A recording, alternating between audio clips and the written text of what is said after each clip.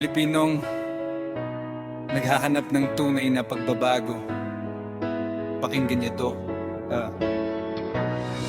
Bawat eleksyon, pangakong kay tamis. Pagkaupo sa puwesto, biglang naglaho ang tinig. Ngiti sa entablado, kamay ay natataas. Pero kaban ng bayan, unti-unting nauubos sa paglipas. Kalsada'y sira, paaralan kulang. Ospital, walang gamot, mamamayan ang lugmok. Buwis ng masa, saan ba napunta?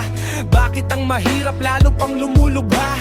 Nakaupo sa trono, parang hari kung umasta. Nakalimutan na ang sumpang pinirmahan nila.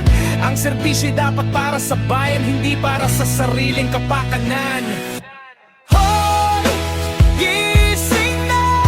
Huwag nang magpasilaw. Ang katotohanan hindi kayang itago. Kapag nagkaisang tinig ng sambayanan, walang kurap na makakatakas sa hustisya ng bayan.